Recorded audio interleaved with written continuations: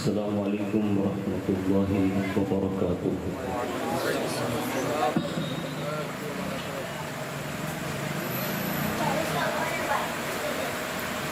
الحمد للہ رب العالمین والعاقبۃ للمتقین والصلاة والسلام علی سید الانبیاء والمرسلین وعلى آلہ واصحابہ وازواجہ وذریاتہ واہل بیتہ وابنہ الغوث الاعظم الجیلانی ومعین الملۃ والدین وشیخ الاسلام والمسلمین اعلی الحضرت الامام احمد رضا وعلى عباد اللہ الصالحین اجمعین، اما بعد فاعوذ باللہ من الشیطان الرجیم، بسم اللہ الرحمن الرحیم۔ فلم تقتلوہم ولکن اللہ قتلہم وما رمیت اذ رمیت ولکن اللہ رمی۔ صدق اللہ مولانا العظیم وبلغنا رسوله النبی الامین المختار الکریم ونحن على ذلك لمن الشاہدین والشاکرین والحمد للہ رب العالمین۔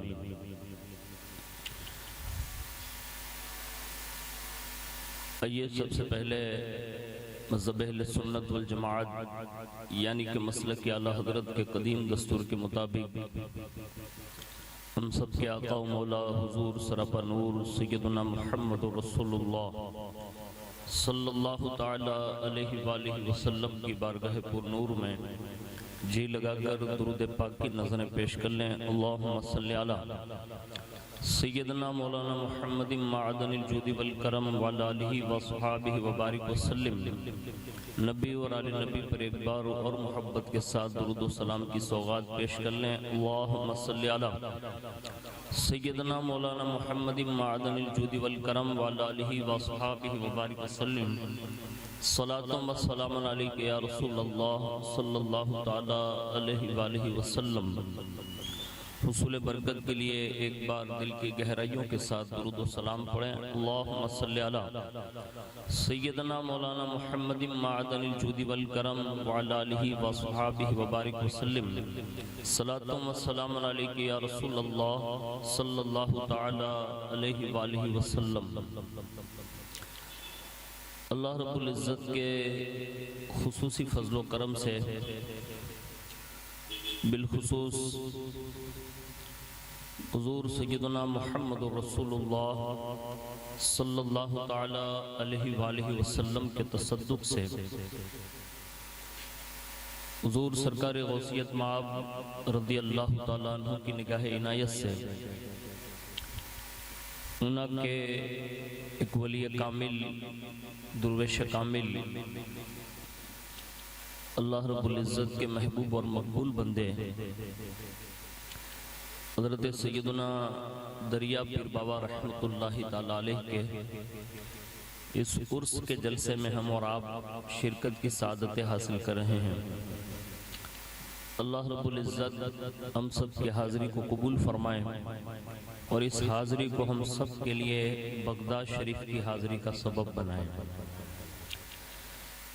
میں اپنی گفتگو کا آغاز امام اہل سنت، امام عشق محبت، اعلیٰ حضرت عظیم البرکت مجدد دین و ملت، پروانہ شمع رسالت سرکار اعلیٰ حضرت الشاہ امام احمد رضا خان فاضل بریلوی علیہ رحمت و رضوان کے اس کلام ناز سے کرنے کی سعادت حاصل کرتا ہوں، جس میں وہ بڑے مزے سے عرض کرتے ہیں کہ وہ کمال حسن حضور ہے، وہ کمال حسن حضور ہے کہ گمان نقص جہاں نہیں، وہ کمال حسن حضور ہے کہ گمان نقص جہاں نہیں، یہی پھول خار سے دور ہے، یہی شمع ہے کہ دھواں نہیں، یہی پھول خار سے دور ہے، یہی شمع ہے کہ دھواں نہیں۔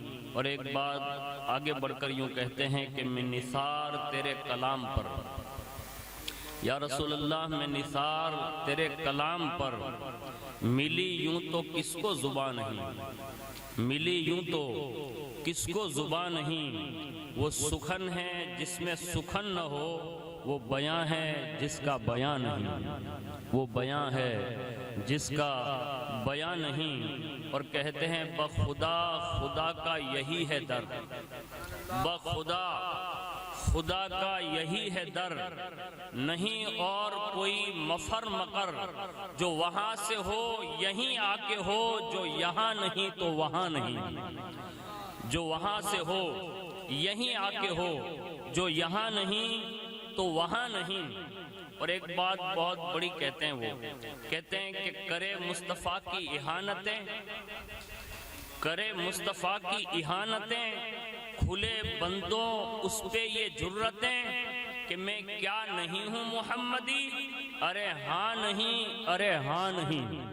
اور آگے بڑھ کر حضور کی شان بلاغت اور فصاحت کے بارے میں کہتے ہیں کہ تیرے آگے یوں ہیں دبے لچے فصحا عرب کے بڑے بڑے، تیرے آگے یوں ہیں دبے لچے فصحا عرب کے بڑے بڑے، کوئی جانے منہ میں زبان نہیں، نہیں بلکہ جسم میں جان نہیں، نہیں بلکہ جسم میں جان نہیں۔ اور آگے بڑھ کر ایک جگہ اور کہتے ہیں کہ وہی نور حق وہی دل رب ہے، انہی سے سب ہے انہی کا سب۔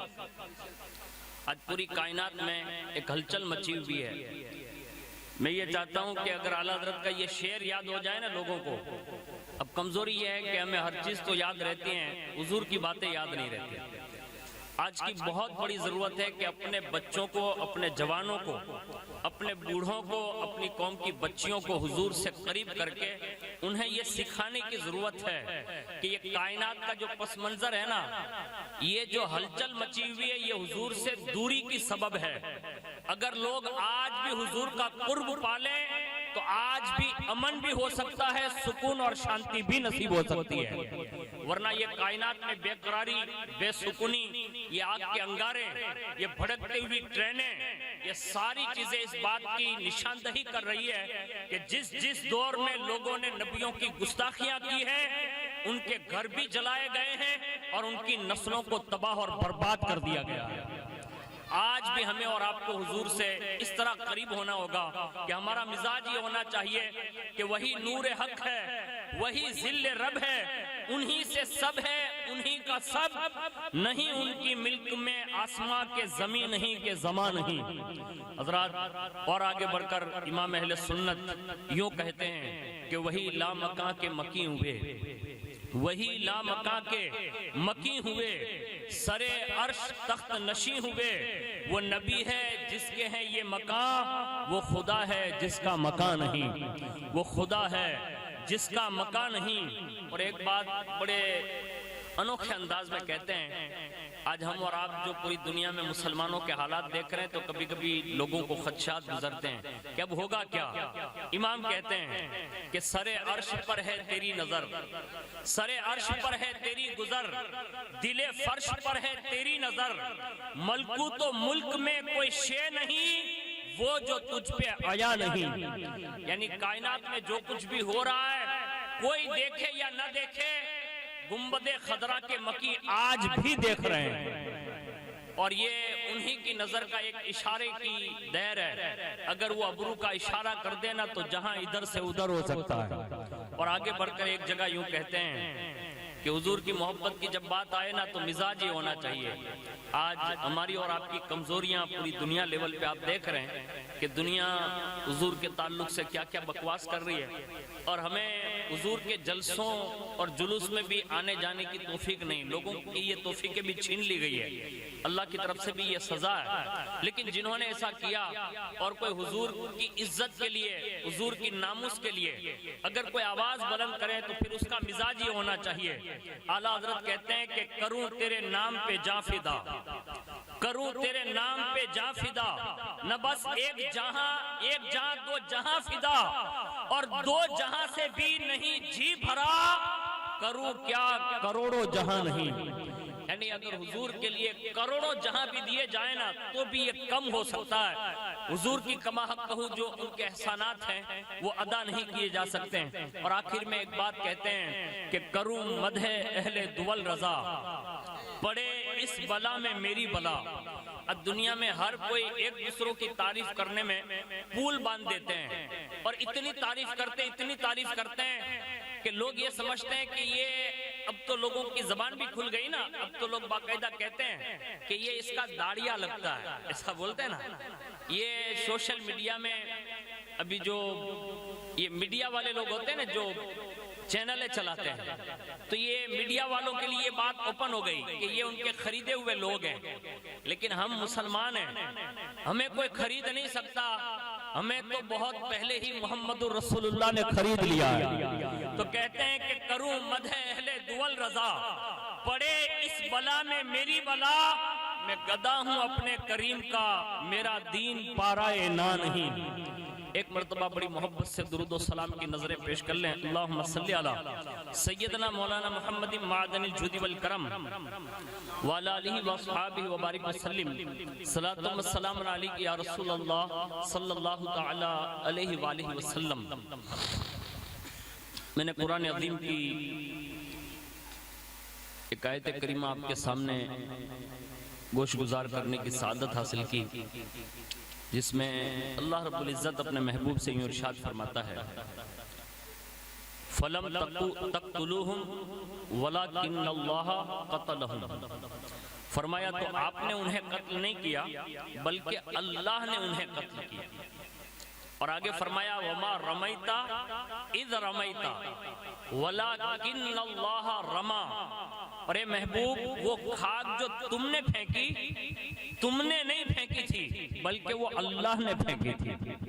تو یہ قرآن عظیم کی سورہ انفال کی ایک آیت ہے اور اس کا مفہوم میں نے جو ایک واقعے کی طرف اشارہ ہے، اور ہمارا اور آپ کا یہ ایمان ہونا چاہیے۔ ایمان کا ایک تقاضا یہ ہے کہ مومن کے لیے سب سے پہلی شرط ہے کہ وہ اللہ کی ذات پر مکمل طور پر ایمان لے آئے۔ اس میں سب سے اولین ترین جو بات ہے، بنیادی بات، وہ یہ ہے کہ مومن ہر حال میں، چاہے اس کی گردن پر چھری رکھ دی جائے یا تلوار، اور اس سے کہا جائے کہ بول اللہ ہے، تو اس وقت برجستہ اس کی زبان سے یہ بات نکلے کہ ہاں اللہ ہے اور واجب الوجود ہے۔ یہ ایمان کا اصلی تقاضا ہے، یعنی اللہ کے ذات پر واجب الوجود ہونے پر ہمارا اور آپ کا ایمان ہونا چاہیے، اور اسی کے ساتھ ساتھ رسالت پر ایمان ہونا ضروری ہے، یعنی رسول اللہ صلی اللہ علیہ وسلم کی ذات والا صفات پر کتنا ایمان مکمل ہونا چاہیے کہ اس حد تک کہ اللہ اور اس کے رسول کے لیے ہماری اور آپ کے ساتھ اگر کوئی قتل کا بھی منصوبہ بنا لے اور معاذ اللہ حضور کے خلاف ہمیں کوئی ابھارنے کے لیے کھڑا ہو جائے تو ہم آگ میں کودنے کے لیے تو تیار ہو سکتے ہیں، مصطفیٰ جان رحمت کے خلاف کھڑے ہونے کے لیے کبھی تیار نہ ہو، بلکہ ہمارا ایمان یہ کہتا ہو کہ بس سب کچھ رسول اللہ ہے۔ بس حضور کے حوالے سے ہم کسی سے بھی ایک حرف سننا برداشت نہیں کرتے، یہ رسول اللہ کی رسالت کے حوالے سے ہمارا کانفیڈنس ہونا چاہیے، ہمارا یقین کامل ہونا چاہیے، اور اگر کسی کو ایک ذرے برابر بھی کسی کو شک پیدا ہوا تو وہ اسی وقت مومن کی لسٹ سے نکال دیا جاتا ہے، اس کو اللہ کو اس کی ضرورت نہیں ہے۔ تو محبوب کے حوالے سے اپنا ایمان جو ہے وہ مضبوط رکھیں۔ چند گوشے اور ہیں، جیسے اللہ کی کتاب یعنی قرآن عظیم، اور اس کے سوا جو اس نے کتابیں نازل فرمائی، صحیفے نازل فرمائے، اسی طرح فرشتوں پر بھی ہمارا ایمان مضبوط ہونا ضروری ہے۔ اسی طرح ہمارا اور آپ کا ایمان جنت اور دوزخ پر، قیامت پر، اور مرنے کے بعد دوبارہ اٹھائے جانے پر، یہ ایمانیات کا وہ حصہ ہے کہ اگر اس میں سے ایک ستون بھی اگر متزلزل ہوا تو بندہ ایمان کی لسٹ سے باہر کر دیا جاتا ہے اور اسے احساس تک بھی نہیں ہوتا۔ تو اس معاملے میں ہمیں اور آپ کو اللہ کی ذات پر، رسول اللہ کی ذات پر، اللہ کی کتابوں پر، اللہ کے فرشتوں پر، جنت اور دوزخ پر، اور خاص کر کے اس ابھرتے ہوئے پرفتن دور کے اندر ہمیں اسلام کے ہر بنیادی اصول پر باقاعدہ یقین کامل ہونا چاہیے۔ دنیا لاکھ چاہے ادھر ادھر کی بات کریں، ہمارے پاس اس وقت کائنات میں ایک ایسی کتاب موجود ہے جو صرف رسول اللہ کے غلاموں کے پاس ہے، اور اسے قرآن عظیم کہتے ہیں۔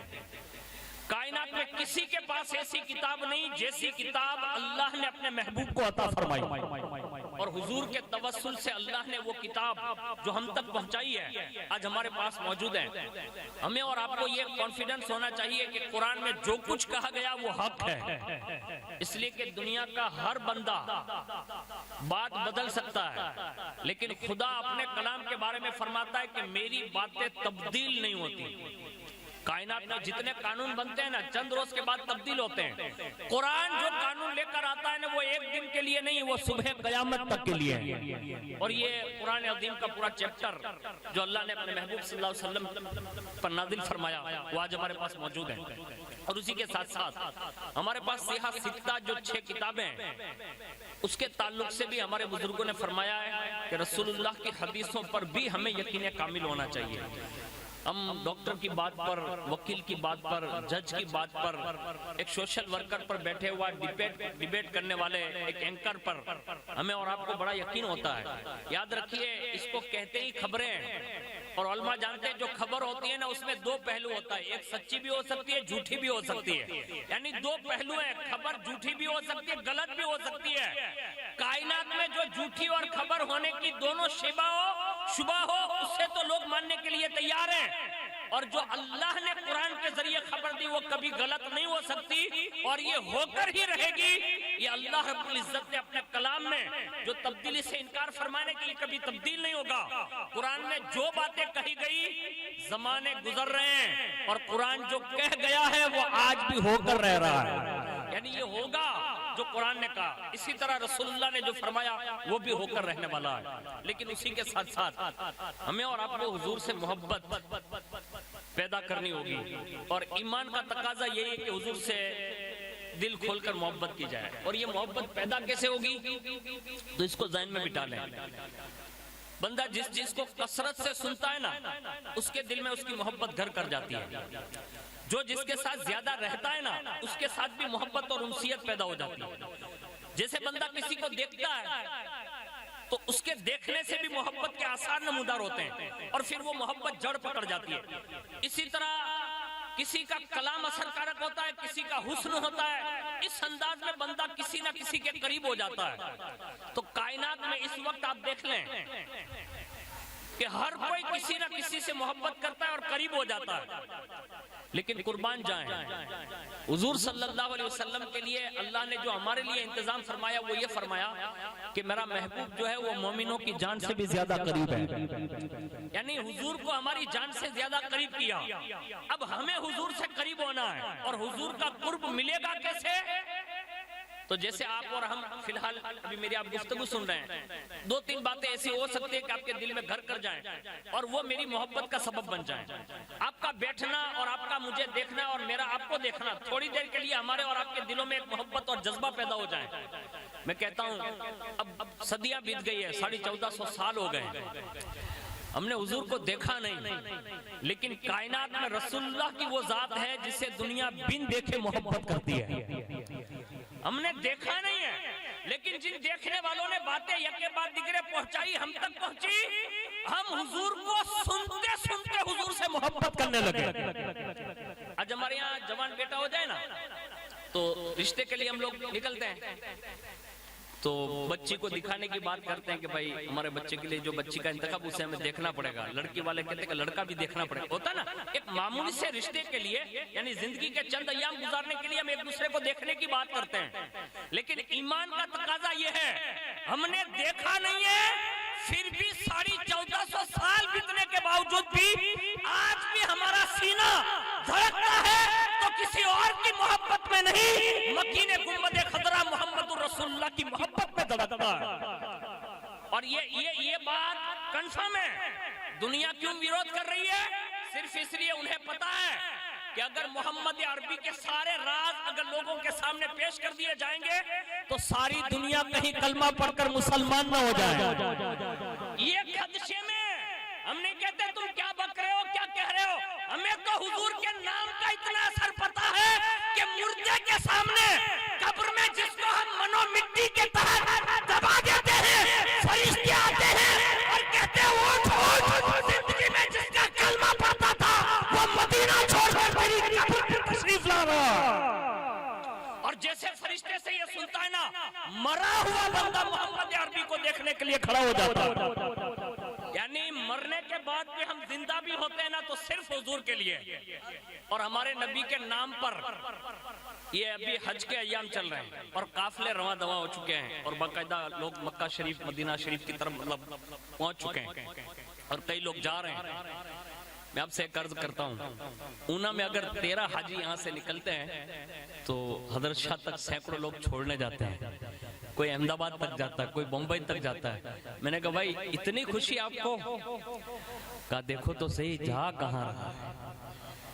یعنی میں نے کہا کہاں جا رہا ہے, تو کہا یہ مکہ جا رہا ہے, مدینہ شریف جا رہا ہے, جہاں نبی پیدا ہوئے اور جہاں ہجرت کے بعد ابھی آپ آرام فرمائیں. وہ دونوں شہروں کو دیکھنے کے لیے جب ایک غلام نکلتا ہے تو بھیڑ یہ ہے. میں کہتا ہوں یہ حاجی کی شان ہے, جب وہ نکلتا ہے تو لوگ چھوڑنے جاتے ہیں. پتا چلا جو محمد عربی کے لیے نکلے گا دنیا دیکھنے پر مجبور ہوگی. ارے جب غلاموں کی یہ شان ہے, قیامت کے دن محشر کا دولہا بن کر جب محمد رسول اللہ اٹھیں گے تو اللہ ساری کائنات کو کھڑا کرے گا اور کہے گا آج شان محبوبی دکھائی جانے والی ہے. اور ہمارے یہاں عرس ولی کا عرس ہوتا ہے. ڈاکٹر یہ صاحب نے بتایا کہ 2 دن عرس ہوتا ہے, 16 کو غسل شریف ہوتا ہے, پھر سندل ہوتا ہے, پھر آج عرس ہوتا ہے یعنی مجلس ہوتی ہے, 2 دن ہوتا ہے. کئی بزرگ ایسے ہیں جن کے 6 دن عرس چلتے ہیں, جیسے سرکار غریب نواز کا 6 دن عرس چلتا ہے. غریب نواز کے پیر و مرشد ہے وہ رہتے مکہ میں یعنی آرام فرما رہے مکہ میں, لیکن اجمیر معلیٰ میں 6 دن عرس ہوتا ہے. یعنی بزرگوں کے یہ تاریخی ہیں اور ایسا ہو رہا ہے. ہمارے یہاں تو ہم حضور کا میلاد بھی مناتے ہیں تو 12 دن مسلسل جلسے رکھتے ہیں. غوث پاک کے 11 رکھتے ہیں, غریب نواز کے 6 رکھتے ہیں.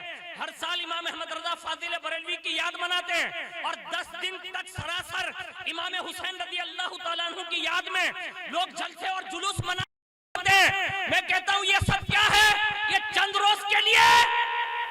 تو کہا جن کی جیسی شان ہے اسی شان سے سب کی عظمتیں بیان ہوتی ہے. میں نے رب سے عرض کیا مولا قیامت کا دن تو نے کتنا بڑا بنایا, کہا 50,000 سال کا ایک دن ہے. میں نے کہا مولا اتنا لمبا چوڑا دن آخر وجہ کیا, تو قدرت جواب دے گی وہاں سب آئیں گے, کہاں کا حساب کتاب ہوگا. میں نے کہا مولا حساب کتاب تو 6 دن میں تیرے محبوب نے 6 گھنٹے میں تیرے محبوب نے فرمایا ہو جائے گا, پھر 6 گھنٹے کے بعد یہ 50,000 سال کا دن پھر ہوگا کیا. تو کہا فقط اتنا سبب ہے ان عقاد بزم محشر کا کہ ان کی شان محبوبی دکھائی جانے والی ہے. ان بدبختوں کو کیا پتہ کہ مصطفیٰ کی عظمتیں ہیں کیا.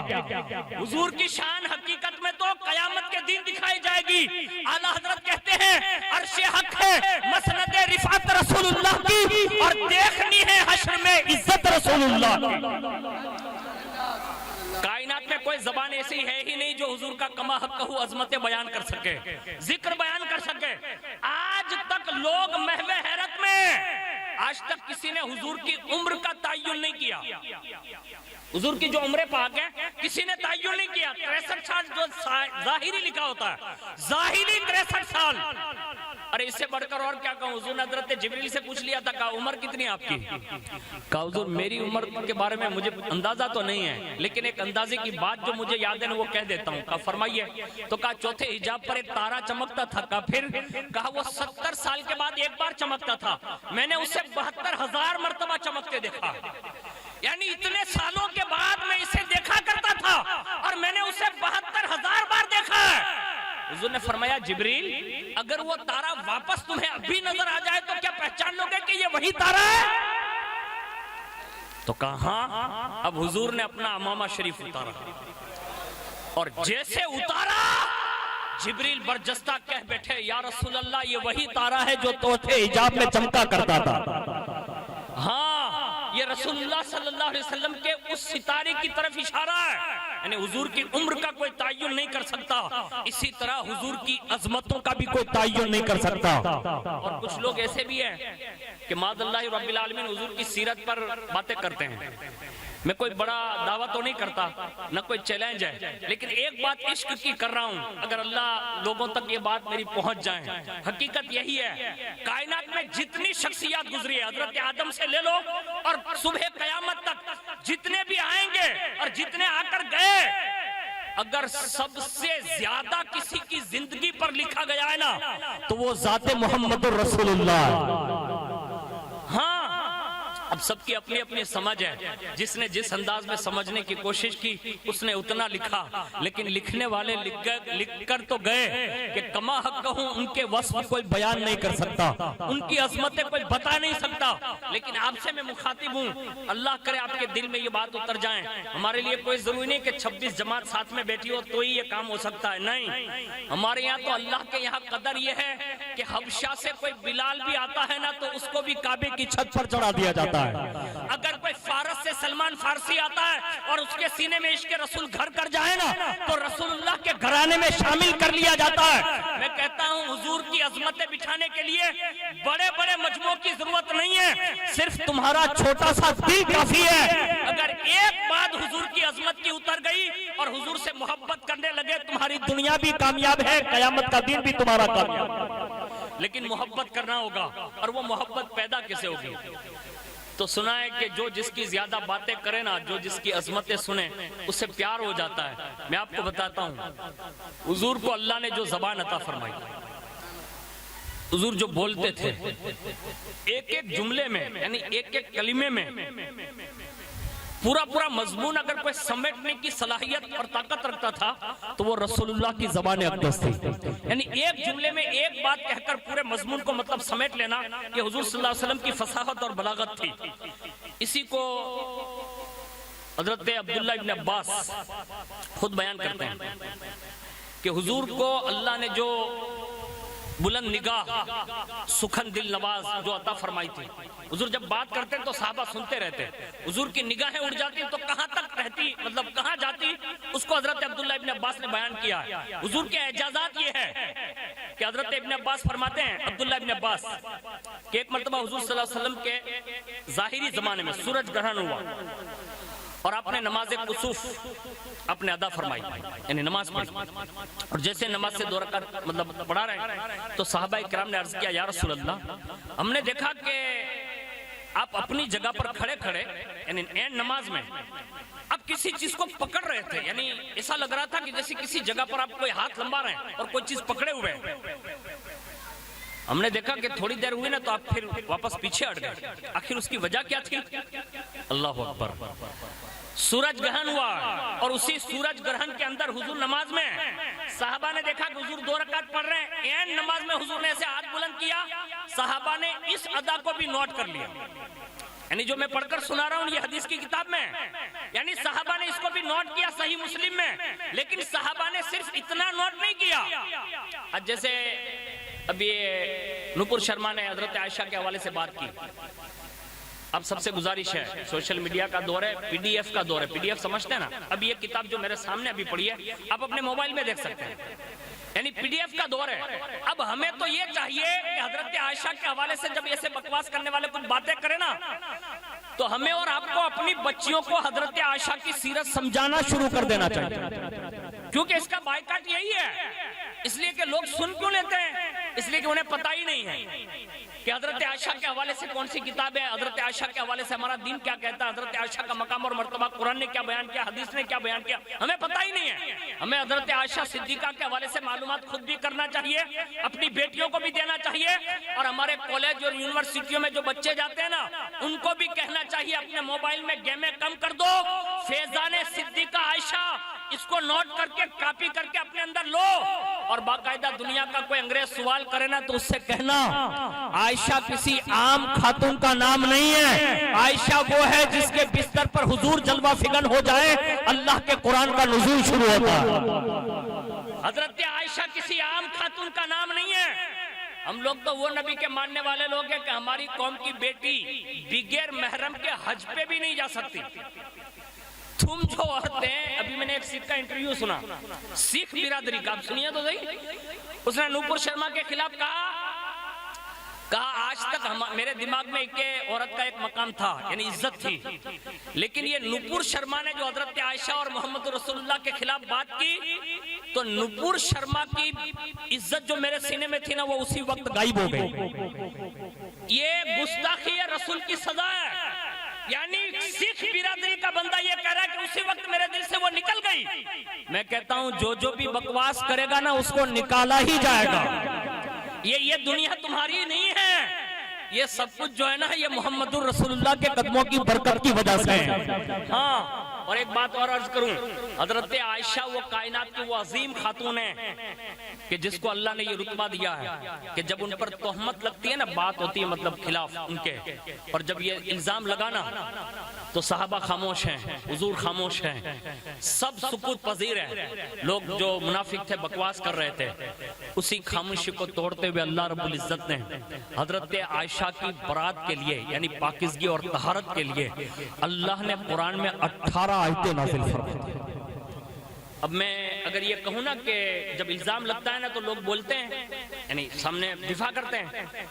بہت سارے شخصیات ایسی دنیا میں گزری ہے جن کے حوالے سے گواہی کے لیے کبھی چھوٹے بچے دودھ پیتے بولے، کبھی جانوروں نے گواہی دی، کبھی لوگوں نے گواہی دی، یعنی ان کی برات ظاہر کی. حضرت عائشہ صدیقہ وہ ہے کہ جن کے حوالے سے انسانوں کی گواہی نہیں بلکہ ساری کائنات کا پالنہار وہ خود خالق ہو کر کہتا ہے کہ عائشہ کل بھی پاکیزہ تھی، آج بھی پاکیزہ اور قیامت تک پاکیزہ رہے گی. اس لیے کہ وہ کسی اور کی بیوی نہیں، یہ میرے محبوب محمد الرسول اللہ کی محبوبہ ہے. اور محبوب کی محبوبہ کے لیے خالق نہیں نازل فرمائے گا قرآن تو اور پڑھنا دل کرے گا. یہ رب نے پاکیزگی کا بیان کیا، اسی کو ہمیں سننا پڑے گا. سنیے، صحابہ نے یہ اشارہ دیکھ لیا، نماز میں تو سوال کر لیا کہ حضور آپ کیا کر رہے تھے؟ حضور نے فرمایا کہ جب میں نماز میں تھا نا اسی وقت میرے سامنے جنت دکھا دی گئی. ہمارا نبی مصلی پہ ہو تو کھڑے کھڑے مدینے سے جنت دیکھ سکتا ہے. ہاں، لیکن کوئی امتی یہ اعتقاد رکھے تو نا کہ حضور سن رہے ہیں. ہمارے یہاں تو جمعہ پڑھنے آتے ہیں نا، آج جمعہ ہے نا، جمعہ گئی نا، ارے بولو تو صحیح یار، آج گئی نا. میں آپ سے نہیں پوچھتا کہ آپ سلامی میں کھڑے تھے کہ نہیں کھڑے تھے، کبھی نہیں. کیونکہ 1993 થી આપણને મતલબ તજરબો છે કે ઉનાની કોઈ મસ્જિદમાં 10 જણાથી વધારે ઊભા ન હોય, અને ઓલી મેચ હોય ને તો ભરનો ખેડો 3 કલાક ઊભો રહે. یعنی جو قوم اپنے نبی کے سلام پڑھنے کے لیے 3 شعر کے لیے کھڑا نہیں رہ سکتا، 3 گھنٹے میچ دیکھ رہا ہے. اور اگر یہاں راج کی لوگوں کا مطلب جمگٹھا لگ جائے نا تو وہاں اوٹے سے لے کر یہاں تک پبلک ہوتی ہے. میں نے کہا کیا؟ کہا فلانو مانس ہے وہ. تمہارے ضمیر مر گئے کہ تم ایک کافر اور مشرک کو دیکھنے کے لیے اتنا جمگٹھا لگاتے ہو. اپنے نبی کے نام پر 5 منٹ درود و سلام کے لیے تمہارے پاس ٹائم نہیں ہے. جب تم ایسا ہی کرو گے نا تو تمہارے گھروں پر بلڈوزر نہ چلیں گے تو پھر اور کیا چلے گا؟ تمہارے گھروں میں آگ نہ لگا دی جائے گی تو پھر اور کیا ہوگا؟ 8 دن میں بھی جو امتی اپنے نبی پر درود و سلام پڑھنے کے لیے کھڑا نہ رہ سکے وہ حضور کے لیے گردن کیا کٹائے گا؟ ابھی ہم لوگوں نے چند روز سے اعلان کر رکھا ہے واٹس ایپ پہ. مجھے افسوس ہے اس بات کا کہ آج ہم اور آپ اپنے نام پر، اپنے باپ کے نام پر، اپنے پیر کے نام پر، اپنے علاقے اور برادری کے نام پر ہم سب کچھ کر سکتے ہیں، لیکن اونا کا مسلم سماج اگر کچھ نہیں کر سکتا ہے نا تو رسول اللہ کے لیے کچھ نہیں کر سکتا. یعنی ایمان کی کمزوری کی یہ حد نہیں ہے. اللہ سے ڈریے. اللہ کا عذاب جو ہے نا وہ لٹکتی تلوار ہے، وہ کبھی بھی آ سکتا ہے، اور یہ کس صورت میں آئے گا نا وہ کوئی بتا نہیں سکتا. اس کو نوٹ کیجئے آپ. اللہ جب عذاب لاتا ہے تو پھر اچھے بھی آتے ہیں جپٹ میں، برے بھی آتے ہیں، سب کو مجموعی طور پر وہ لے گا. اس لیے کہ ناموس رسالت کے معاملات وہاں اس کی غیرت جو ہے نا اس کو للکارنے کا معاملہ ہے. اور سنیے، رسول اللہ کھڑے کھڑے وہاں سے جنت دیکھ رہے ہیں، اور صحابہ کتنے مومن تھے بڑے. کہا لبیک یا رسول اللہ، صدق رسول اللہ، آپ نے سچ فرمایا. یعنی حضور نے کہا جنت میں کھڑے کھڑے جنت دیکھ رہا تھا، نماز میں کھڑے کھڑے کھڑے. صحابہ نے کہا حضور آپ نے سچ فرمایا, بالکل آپ جنت دیکھ رہے تھے. کہا پھر حضور آپ نے یہ ہاتھ کیوں لمبا کیا؟ کہا میں نے جب جنت دیکھے نا تو اس میں نے انگوروں کے خوشے دیکھے. یعنی خالی جنت نہیں دیکھی, جیسے میپ میں لوگ کہتے ہیں نا کہ مکہ نہیں دیکھا ہے. اچھا ٹیکنالوجی مطلب ترقی کر چکی ہے. لوگ کہتے ہیں میپ میں جانے تمہیں اتارے جہاں بیٹھا نہیں یہ علاقہ ہی دیکھا ہے, انہوں نام آوے اما والا مدھیم خالی مکان دیکھا رہے کہ آ علاقوں چھن فلانی جگہ. کہ تمہارا میپ جو کام نہیں کرتا نا مصطفیٰ کی آنکھیں اس سے زیادہ کام کرتی ہے. زمین پر. اور جنت کا ہے معلوم ہے؟ جنت یہ 7 آسمان سے پرے اور عرش کے قریب جنت ہے, اور یہ ہر آسمان کے بیچ 500 سالہ راستہ ہے. تمہارا جی پی ایس اگر ہوا بند ہو جائے نا تو کام کرنا بند کر دیتا ہے, لیکن مصطفیٰ کی آنکھیں کام کرنا بند نہیں کرتی. حضور فرماتے ہیں جنت دیکھی, جنت میں انگور کا میں نے خوشہ دیکھا, یعنی باقاعدہ وہ ویل بھی دیکھی, اور ویل میں جو انگور لٹک رہے تھے نا وہ دیکھا.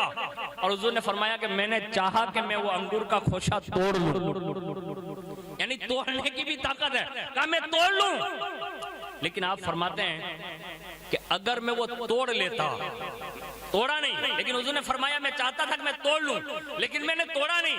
لیکن فرمایا اگر میں توڑ لیتا اور تمہارے درمیان دے دیتا, رہتی دنیا تک تم سب کھاتے رہتے, وہ انگور کا خوشہ کبھی خالی نہیں ہوتا.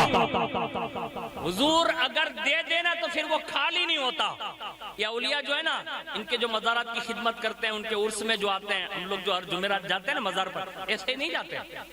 ہم جو اولیاء کو مانتے ہیں ایسے نہیں مانتے. ہمارے یہاں تو لوگ ماننے پر بھی اعتراض کر رہے ہیں نا کہ یہ قبروں کو ماننے سے کیا ہوگا. میں نے کہا تجھے معلوم نہیں, تجھے صرف قبر نظر آتی ہے, ہمیں قبر کے اندر اللہ کا ولی نظر آتا ہے. لیکن تیرا اور ہمارا فرق یہی ہے کہ تجھے شیطان کی طرح صرف مٹی نظر آتی ہے اور ہمیں مٹی تلے اللہ کا ولی کا نور نظر آتا ہے. ہمارے دل جو ہے نا وہ ان سے اس لیے وابستہ ہے. غوث پاک کی بارگاہ میں ایک بندہ آیا اور غوث پاک کی بارگاہ میں آ کر کہا کہ میرے گھر میں جو ہے نا فاقے چل رہے ہیں, بال بچے بھوکے ہیں, آپ کرم فرما. ہوتا ہے ایسا, ہر زمانے میں ہوا, اس زمانے میں بھی ہوتا ہے, کبھی کبھی ہمارے اور آپ پر بھی گزرتے ہیں. جب کبھی ایسا ہو جائے نا تو ہم لوگ کیا کرتے ہیں, بڑے بزرگوں کے پاس جاتے ہیں, ایک دوسروں کے پاس, مطلب مالداروں کے پاس جانا بھی چاہیے, ضرورت ہے, ضرور جانا چاہیے. لیکن ایک بات عرض کرتا ہوں, سب کے پاس جانے سے پہلے کسی ولی کے پاس جانا چاہیے. کیوں؟ اس لیے کہ ولی جو زمین پر سویا ہوتا ہے وہ پورے علاقے کا, اپنے زمانے کا غوث یا قطب ہوتا ہے, یعنی وہ ذمہ داری کی چابی اس کے ہاتھ میں ہوتی ہے. اب جب اس کے پاس حاضری دے لیں گے اور اس کے بعد جس کے پاس جا رہے ہیں نا, آپ کے پہنچنے سے پہلے وہ اس کے دل کی چابی گھما ڈالے گا. یعنی وہ نہ پاڑنے والا بھی ہوگا نا تو وہ ایسے چابی مطلب پھیر دے گا نا تو وہ ہاں ہی پاڑے گا, منع نہیں کر سکتا. اور وہ چاہے تمہارا کتنا بڑا دشمن بھی ہو نا, اس کی بھی چابی اولیاء گھما سکتے ہیں. لیکن شرط یہ کہ پہلے جانا چاہیے اور اعتقاد مکمل ہونا چاہیے. غوث پاک کی بارگاہ میں حاضر ہوئے, کہا فاقے چل رہے حضرت, کچھ کرم فرما دے. آپ نے خادم سے کہا کہ وہ ایک گنی پڑی ہوئی لے, تو انہوں نے وہ چھوٹا سا باچکا جو تھا نا وہ دیا, تھیلی. غوث پاک نے ہاتھ میں لی اور اوپر سے باندھ دی. مختصر سیر, ایک سیر ہوگا بس. حضور غوث پاک نے فرمایا اس سے لے جاؤ, اور یہ جو میں نے اوپر سے باندھ دیا اس کو کھولنا نہیں, نیچے سے تھوڑا سوراخ کر لینا اور جتنی ضرورت ہو اتنا نکال لینا بس. یہ حضور کا یہ قول جو ہے نا اس کو سمجھانے کے لیے عرض کر رہا ہوں.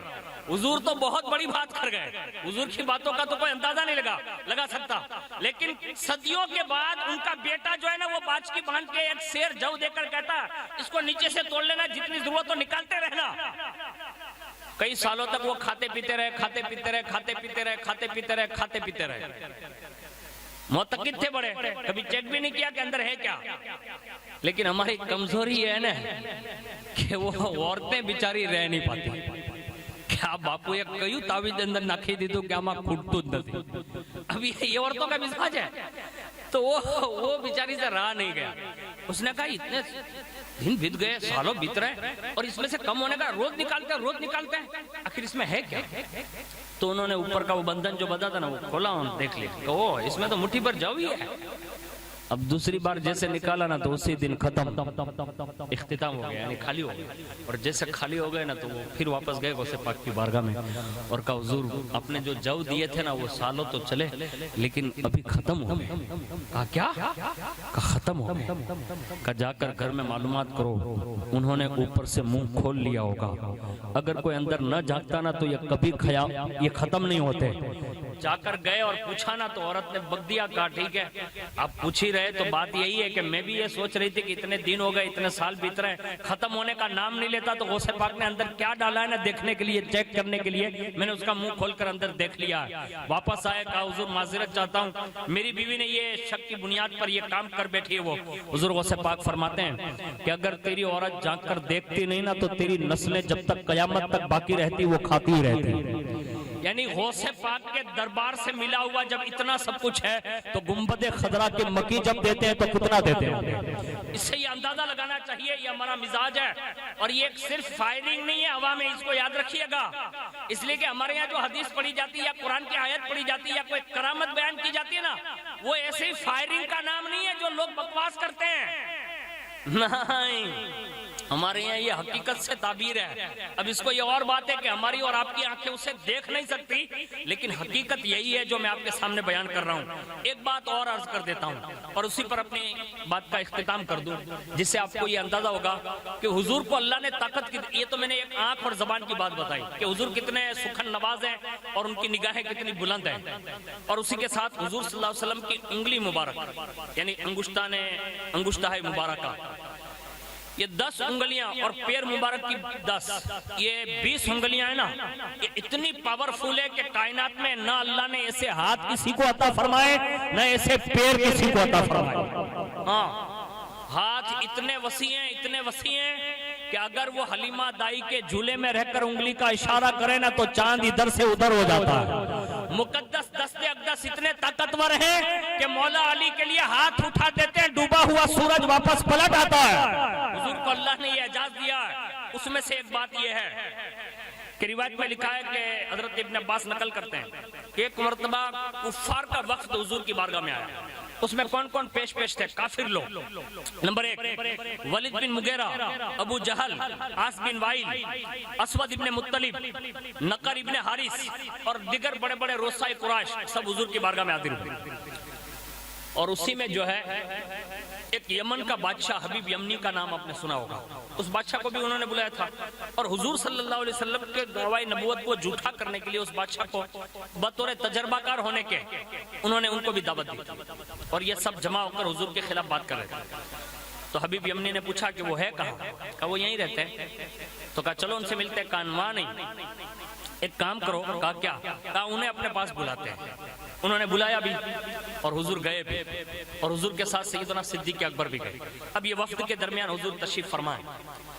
اب حبیب یمنی نے جو ہے نا وہ بات کہی، اس نے کہا کہ میں نے سنا ہے کہ آپ نے نبوت کا دعویٰ کیا ہے۔ تو کہا ہاں۔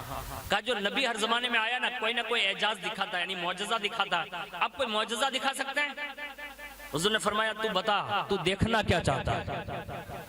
یعنی ایک تو بات ہوتی ہے نا وہ ٹال مٹول کی کہ بعد میں آنا، وقت نہیں ہے، یہ ہمارے یہاں ہمارے نبی کے یہاں کوئی وقت کی گنجائش نہیں، جس نے جب بھی سوال کیا حضور نے اسی وقت جواب عطا فرمایا، اور جہاں حکمت کے تقاضے کے لیے کوئی آیا نا تو حضور نے تاخیر سے دیا نا تو یہ نہیں کہا کہ نہیں بتاتا، بلکہ برجستہ اپنی قدرت کاملہ جو اللہ نے آپ کو عطا فرمائی تھی، فرمایا میں کیا بتاؤں، تو جس کے بارے میں پوچھ رہا ہے وہ خود بتائے گی کہ مصطفیٰ جان رحمت ہے کون۔ یعنی حضور نے یہ اعجازات دکھائے، اور جب حبیب یمنی نے یہ کہا نا سنا نا، کہا تو جو کہے نا وہ میں دکھانے کے لیے تیار ہوں۔ تو اس نے کہا ایک کام کرتے ہیں۔ کہا کیا؟ کہا یہ 14ویں کا چاند جو ہے نا وہ بڑی آب و تاب کے ساتھ چمک رہا ہے۔ کہا ہاں۔ تو کہا ایک کام کریں گے آپ؟ کہا کیا؟ کہا اس 14ویں کے چاند کو جو ہے نا آپ ایک اشارہ کر کے 2 ٹکڑا کرتے ہیں۔ اب یہ کوئی چھوٹی موٹی بات نہیں تھی، یہ ہمارے ہاتھ میں اگر موبائل کی مطلب ٹارچ چالو تو اس کو بند کرنے کی بات نہیں تھی، وہ اتنا کوسوں میل دور چاند جو چمک رہا تھا اس کے 2 ٹکڑے کرنے کی بات تھی۔ اب ہمارے یہاں تو کچھ لوگ نکلے ہوئے سوشل میڈیا، اگر آپ چیک کرتے ہوں گے تو آپ کو پتا ہوگا۔ ابھی ایک اینکر گیا اس کے پاس اور اسے جا کر کہا کہ آپ، اس نے اپنے سینے پہ جھاڑوے اگا کے دکھایا، اس نے ایسے مٹی پر مطلب ہاتھ پھیرا نا تو کوئی وہ موتی نکال کے دکھایا، اس نے وہ رومال پر پھونک مارا تو آگ لگ گئی، یعنی اس طرح کے وہ کرتب دکھا رہے ہیں، اور لوگ اس میں لکھتے ہیں آد اور ماؤ کوئی کری سکے ایسا۔ میں نے کہا تو بھول رہا ہے، تو ہمیں یہ دکھا کے بہکا نہیں سکتا، اس لیے کہ ہم نے تو اس نبی کا کلمہ پڑھا ہے جو زمین پر کھڑے کھڑے اشارہ کرتا ہے تو چاند کا سینہ بھی چاک کر دیتا ہے۔ یعنی حضور نے سینہ چاند کا چاک کیا. ہم اس نبی اور پیغمبر کے ماننے والے لوگ ہیں, ہمیں پھونک سے آگ لگنے والے سمجھ میں نہیں آ سکتے, ہم اس کو ماننے کے لیے تیار نہیں, اس لیے کہ ہمارے نبی کے عشاق جہنم پر سے بھی گزریں گے نا تو ان کی شان یہ ہوگی, اے عشق تیرے صدقے جلنے سے چھٹے سستے, جو آگ بجھا دے گی وہ آگ لگائی ہے.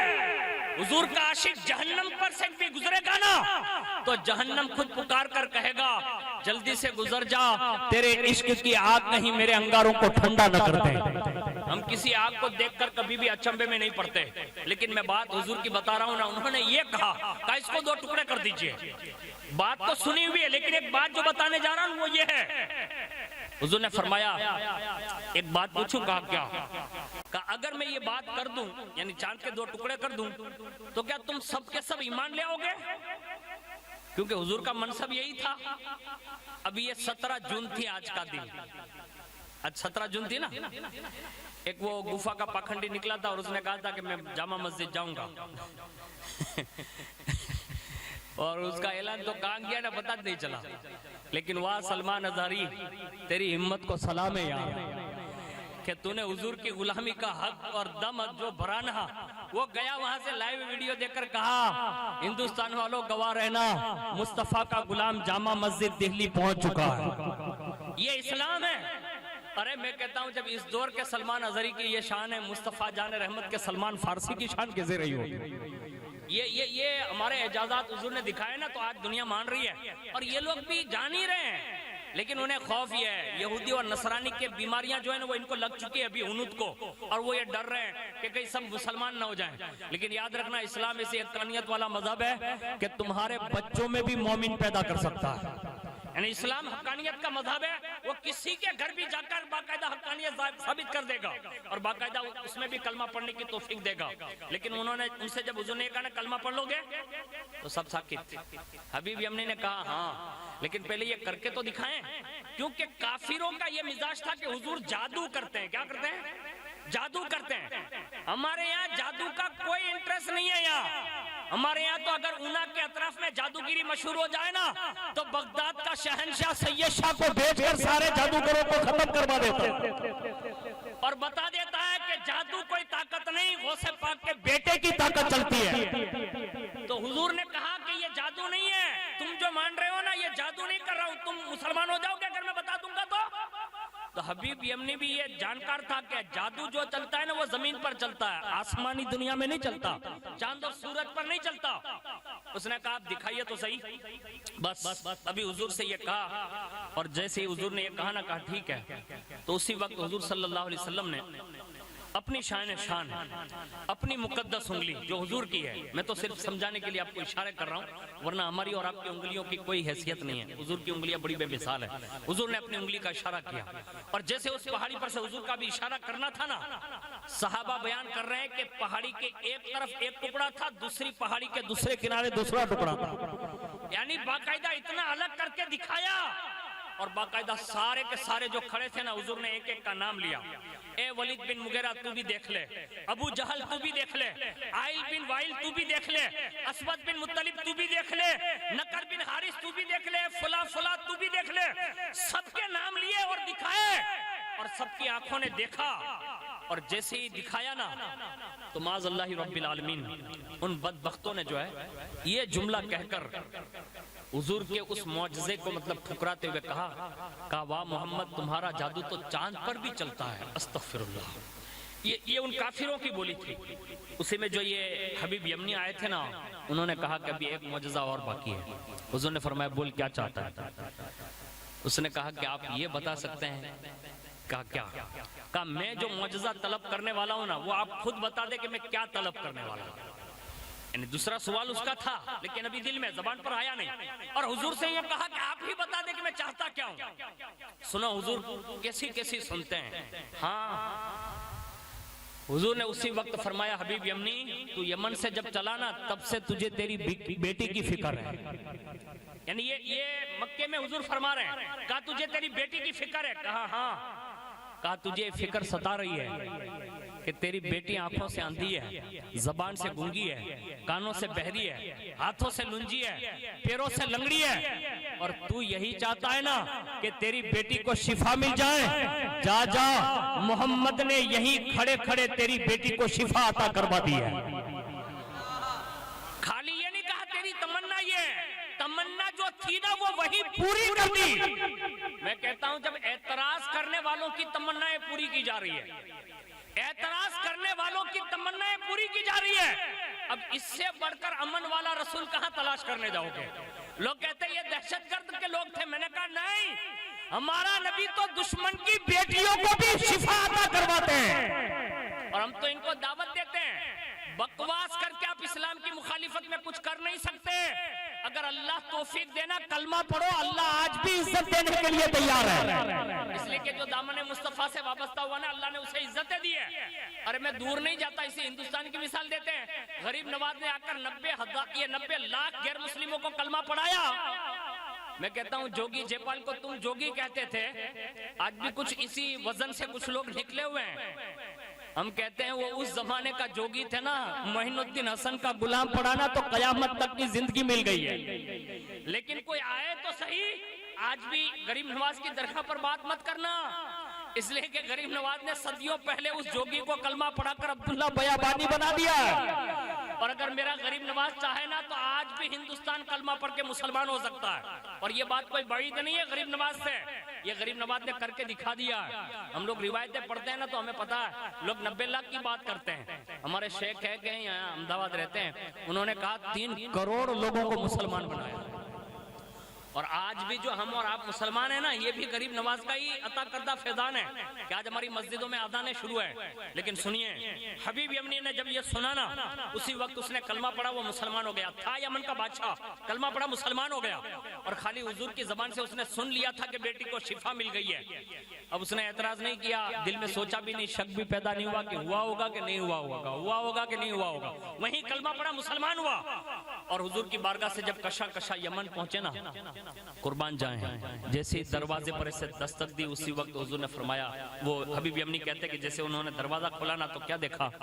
کہا وہ دروازے پر میری اپنگ بیٹی جو تھی نا وہ صحت یاب کھڑی تھی، اور اس نے دروازہ کھول کر لا الہ الا اللہ محمد رسول اللہ کا ورد کیا۔ میں نے کہا بیٹی یہ کیا میں دیکھ رہا ہوں، تو ہے کون؟ کہا تمہاری بیٹی وہی ہوں جو یہ لولی لنگڑی لنجی تھی۔ کہا تجھے شفا کس نے دی؟ کہا اسی کلمہ والے نبی نے شفا عطا فرمائی ہے۔ کہا کیسے؟